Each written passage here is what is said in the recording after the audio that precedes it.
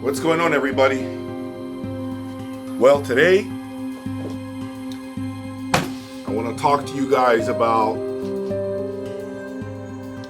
how bored I am, how tired I am of listening to the same speaker lines. I think it's time for a change, so let's talk about this.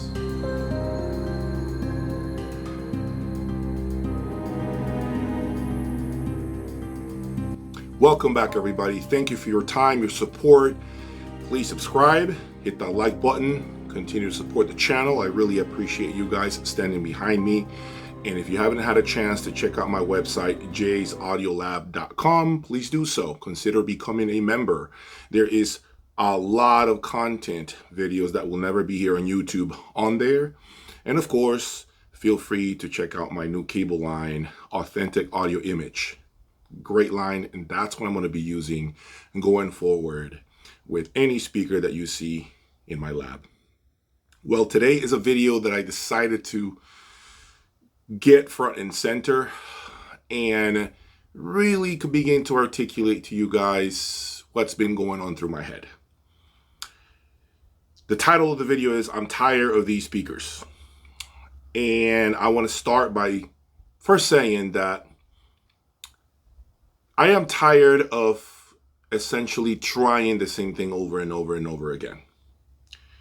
I've been ordering burgers from the same menu, just changing the combos. Combo number 1, number 3, number 7, number 10, number 11, they're all burgers. That's essentially what I've been feeling throughout the past 2 years. Let me explain. I have had 6 pairs of Wilson Audio speakers.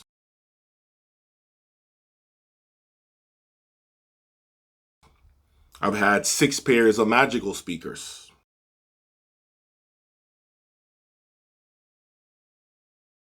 I've had 4 pairs of Vaughn speakers.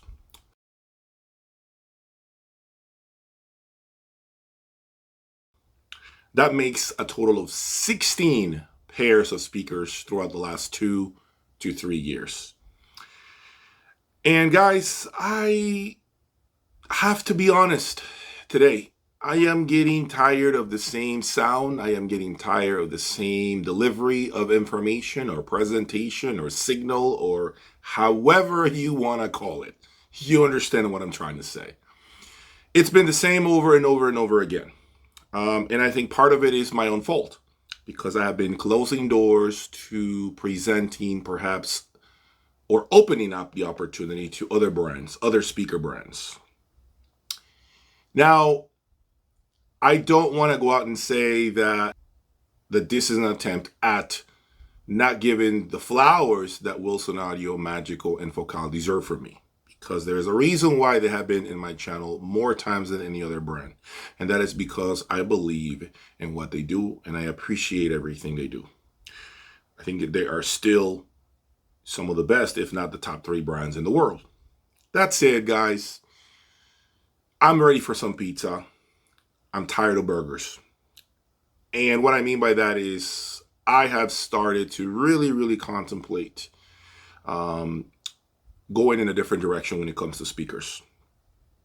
And today, I want to tell you what brands I think are starting to really catch my interest. And I have been the one to reach out to them already via email.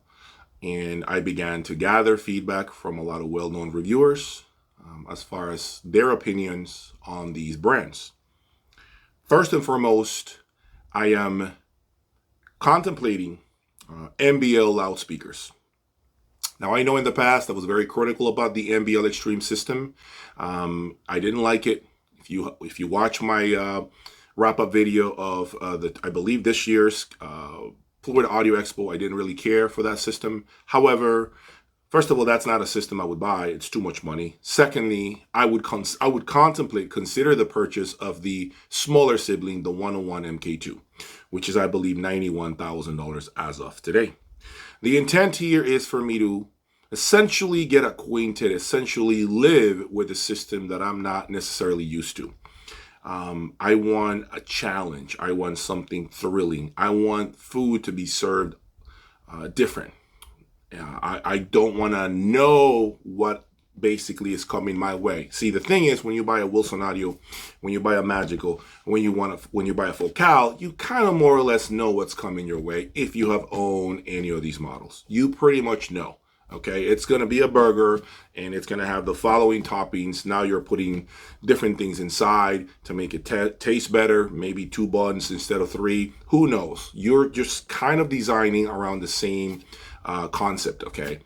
I want something completely different, and MBL to me is exactly that. MBL is a complete departure from what I'm used to. It puts me in very, very unfamiliar territory, which I actually welcome, especially in 2023.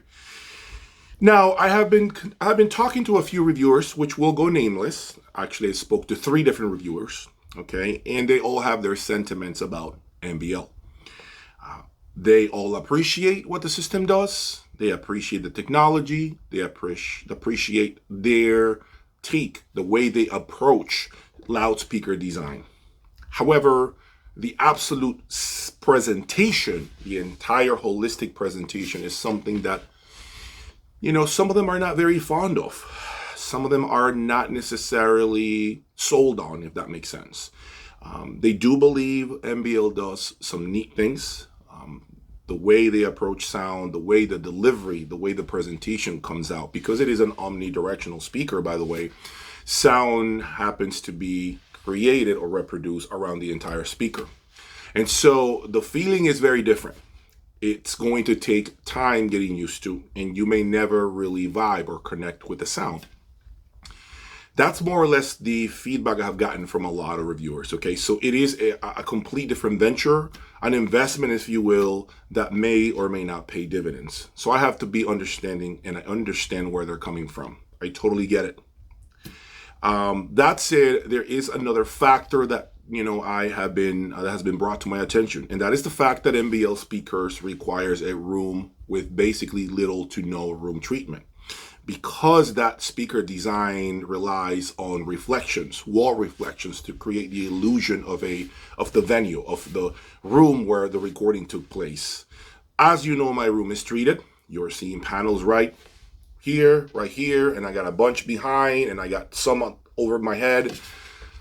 That is concerning for me, because if the reality is that MBL is not going to work in my room because it's overly damped, to me, that makes it a nearly impossible proposition for me to even accept at all. Because I am not going to undress my room for a new speaker only to realize I didn't like the speaker, and now I have to put back all these room treatments, rip them from the wall, to only go back, paint the walls, and now put them back on the wall, if that makes sense. That's too much work to undertake, and I'm a one-man show, as you know.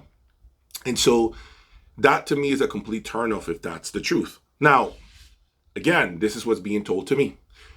A dealer told me that's not the case, that MBLs do work with room treatment.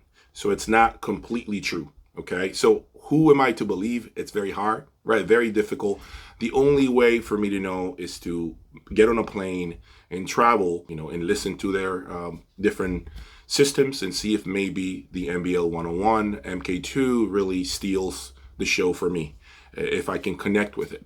I think I need to spend some time with the room, with the system and the electronics, to see more or less, engage or have an idea how that speaker would perform in my room. As you know, these MBL 101 MK2s are $91,000 as of today, so it is a huge investment even for me, and a huge gamble in the event that I don't really like them. Then it's going to be a hard speaker to sell, because I do believe MBL is like a cult following. It's a small niche. It's a small group of people that love it. And so when you sell MBL, you're really only appealing to that small demographic, not the entire world per se. And that's fine, because I really don't care about that. As long as I connect with the speaker, that really is ultimately what matters to me the most, okay? So MBL has been in my head every day. I've been reading a lot about MBL. I've contacted, as I mentioned to you, a few reviewers who were kind enough to give me their feedback behind closed doors. And so I am in the middle right now. 50% says yes. The other 50% says know. And I have to really come to terms with myself and perhaps really have to get on a plane and fly out to hear these speakers and see what I think of them. Now, another brand that I have considered is actually, I just sent them an email a few days ago, is Vaughn Stryker speaker. Vaughn Stryker has been a brand that has been on my radar. I know Greg Weaver is very fond of the brand. I know he loves the brand. He speaks very highly of Vaughn Stryker. One of the reasons why he owns the Ultra 9 loudspeakers. However, obviously this hobby is subjective. So just because he likes Vaughn Stryker does not guarantee that I'll like Vaughn Stryker, right? I did hear the $20,000 Vaughn Stryker speaker that they unveiled at Capital Audio Fest, and I wasn't really connecting with the system, but that's because, quite frankly, folks, I had a lot of people talking on the couch behind me. There was a lot of hallway chatter. It was very difficult to really focus and engage my senses with the speakers. So I figure, for 20 grand MSRP, it might be worth a shot, me bringing it into the room and comparing it against the A5s and the Wilson Audio Sasha DAWs that will be in my room in about 3 weeks. And so I reached out to Vaughn Stryker. We're going to connect after Christmas and see any ideas they may have. Is it even the right speaker for my room? Is it the speaker they would even recommend based on my experience with some of the greatest loudspeakers in the world? Maybe they do say, try the $20,000 speaker. We believe you're going to be very shocked at what this speaker can do. Or they might say, hey, Jay, given your track record and all the stuff you own, we feel you're better off with maybe the VR55, I believe it is called. Maybe that one is the better suited one. Now, one thing I cannot embark on, and I'll say this before you guys comment, is I am not going to be putting a ton of money into a speaker brand that I am not familiar with. Okay, so if you're going to say to me right now, buy the Ultra 9s, buy the Ultra 11s, buy, something of that caliber, folks, I can't really spend that kind of money when I haven't even been exposed privately to this brand. Okay, so if you remember my journey, when I started with Wilson Audio, I began with the Sasha. Okay, and then when I started with Magical, I started with the S5s, I believe the S3s. Now I have the A5s. So I never went as high as the M6 right out of the gate. I didn't go as high as the XLF with Wilson Audio right out of the gate. And I certainly didn't do that with the Focals. My first Focal speaker were the Sopra 3s.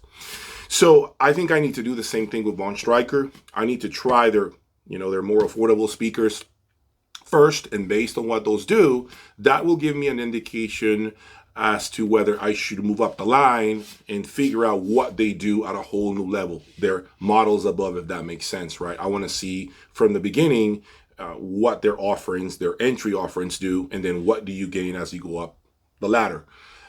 And so that is something that is also cooking right now. We'll see what comes out of those conversations with Vaughn Stryker. But I am very, very, very interested in Vaughn Stryker. Now, another brand that's in my head as of recent, and believe it or not, it's a brand that I gave accolades. I gave their flowers to them, was the Think Team. The speaker, the not a bookshelf speaker, but you know what I'm talking about. I believe it's the Kim. I want to see if maybe that could be the speaker for my room. I liked it. I've already been exposed to it. I know what it can do more or less. Of course, I would have to bring it in here and see, how it performs with my electronics. It sounded really good at the show. I'm not going to lie. But again, in my room, who knows? The story might be different. I don't think that will be the case. So that is something that is also cooking in my head, if that makes sense. And last but not least, I've also contemplated other brands that are just thoughts right now. And that would be probably a Tidal speaker from Germany, probably a Core Acoustics from Canada. It's something completely different, folks. It's just that, you know what? Yeah, I'm getting burned out, if I'm being honest. I gotta be real. I have to be honest. Today's video, I want to have a heart-to-heart with you guys, I want to tell you all, I'm getting burnt out, and I think it's because there is, it's kind of like my senses already know what the movie is going to be, if it is a Magical, if it is a Wilson, if it is a Focal. I know the movie. I've seen that movie. It's just now a different type of genre. Instead of watching a scary movie, now it's going to be a comedy or, a drama. But it's this, it's a movie. I know how it starts and how it ends. And that's kind of what's happening with these three brands. So in 2023, although I'm not going to say that you won't see a Magical speaker again, or you won't see a Wilson Audio again, that's not going to, because, obviously my journey changes. And so at one point, maybe someone may send me a speaker they want to trade into me for something I may have here. So yeah, you may see a Wilson Audio speaker pop up again, which I already said the Sasha will be here. Or maybe another Magical, but I think my heart wants to try something different, or else I just feel like I'm ready to check out from the hobby if all there is are these three brands. Okay, I believe there's a lot more to explore, and there are a lot of interesting things for me to evaluate. Plus, if you are part of my members only section and you do consultations with me, I owe it to you guys. I need to expand my knowledge more. I can't just continue to do Wilson Focal and Magical constantly all the time, because at that point I feel somewhat biased. I feel like that's all there is. There's nothing else. And the truth is that's unfair to the rest of the world, to the rest of the manufacturers, loudspeaker designers that are out there. And so I want to give others a shot, but it has to make sense for me first and foremost, and for what I'm trying to do. Okay, I can't just randomly close my eyes and bring anything I want. I have to think about it thoroughly. I have to really, really dig deep, figure out if that speaker is going to fit what I need here as far as the what I'm expecting from the speaker. Is it going to give me things in a different way? Or is it fair to assume that as long as I have a box speaker, the presentation is going to be really along the same lines, maybe with a little more brightness, less brightness, a little more bass, less bass? Is that fair to assume? Should I assume that? If it is a box speaker, that's pretty much how it is. And maybe I need to consider a complete different type of speaker design, maybe horns or MBLs, like I said. That's where I'm at right now, guys. I am extremely, extremely deep into this loudspeaker selection, really deep. Every day I'm thinking, where am I going to go in 2023? But I need some excitement. And my fear is as follows. What if I attempt to bring MBLs? What if I attempt to bring Vaughn Striker or any other brand? And at the end of the day, I come to the realization that these right here, or the Wilsons of the world, or the Focals of the world, are really more my cup of tea. My fear is that I will never go back outside of the same three speaker brands, because I may fear that I am more acquainted with their sound signature, and maybe my ears have already been poisoned or been used to their presentations, and it's hard for me to perhaps adjust and connect with any other type of sound signature or speaker design. That is my only fear here. And that's a valid fear to have, right? I think you guys can agree to that. And that's kind of where I'm at. I don't want to make the wrong decision, but what I want right now is for all of you guys right now watching this video. I made this video for you all to have a heart-to-heart, as I said. If you have owned MBLs and you have feedback to give me on them, leave me a comment. Let me know whether you own now MBLs, or you have owned. If you have owned them and you change directions, why did you change? Or if you still have them, why do you still have them? And what have you had before? What speaker did you come from? What speakers did you come from that led you to stay with MBL? I want to know things such as, the amplifiers that you're using. I keep hearing that MBL has a very narrow amplifier selection to choose from, so you almost are forced to go with their electronics, although I know some stores out there are using Boulder successfully, Solution, and I hear great things about that. But I want to know from you guys, what are the pain points of this speaker? Is it true what they're telling me about the room not being treated being a negative thing for that speaker? I just really want to know. Another thing that concerns me about MBL is their lack of efficiency. That not necessarily because of my amplification, because I do have enough amplification, but rather the fact that, is this going to make it difficult for me to capture quality recordings for you guys, because remember, they're omnidirectional. Those are things that I think about, but I want you guys to talk to me about any of these brands that I just mentioned. Do you have any experience with any of these? What are your experiences? Give me your pros and cons. I'm going to go by what you guys tell me in the comment section right now, okay?